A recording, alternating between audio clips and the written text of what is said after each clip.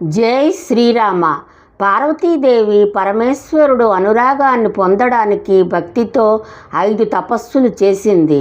1వ తపస్సు, దట్టుడు కుమార్తె ద్రాక్షాయణి పరమేశ్వరుని కొరకు భక్తితో తపస్సు చేసి స్వయంవరములో పరమేశ్వరునితో కళ్యాణము జరిగెను.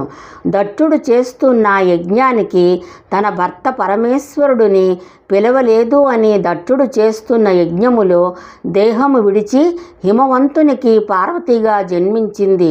2వ తపస్సు, ద్రాక్షాయణి చితిలో శరీరము విడిచిన తరువాత హిమవంతునకు పార్వతిగా జన్మించెను.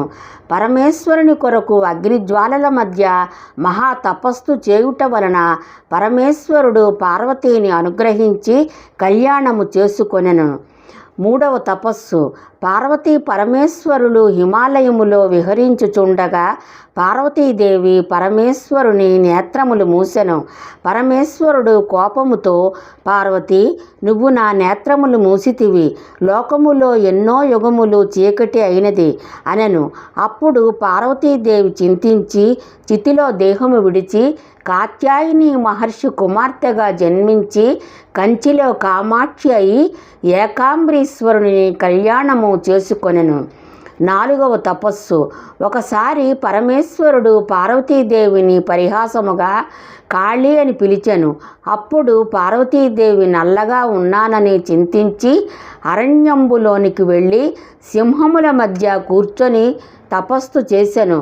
పార్వతీదేవి చేసిన తపస్సుకు ఏ ఆటంకములు కలుగకుండా సింహములు చూచుకొనెను. పార్వతీదేవి సింహముల మధ్య తపస్సు చేయుట వలన సింహాసనేశ్వరీ దేవి అని పేరు కలిగెను. 5వ తపస్సు, భృంగుముని శివభక్తుడు ప్రతిరోజు కైలాసము వెళ్ళి పరమేశ్వరునికి మాత్రమే ప్రదక్షిణ చేస్తూ వెళ్ళిపోయేవాడు.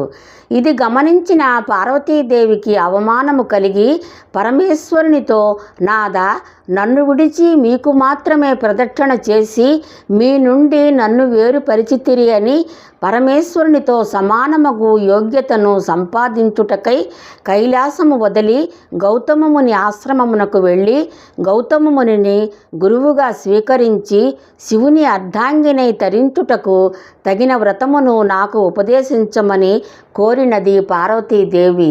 గౌతముడు కేదారీశ్వర వ్రతము ఒకటి ఉన్నది అని చెప్పెను. పార్వతీదేవి కేదారీశ్వర వ్రతాన్ని నిష్ఠతో భక్తితో చేసింది. పరమేశ్వరుడు సంతుష్టుడై పార్వతీకి తన శరీరములో సగభాగము అనుగ్రహించెను. ఆనాటి నుండి పార్వతీదేవి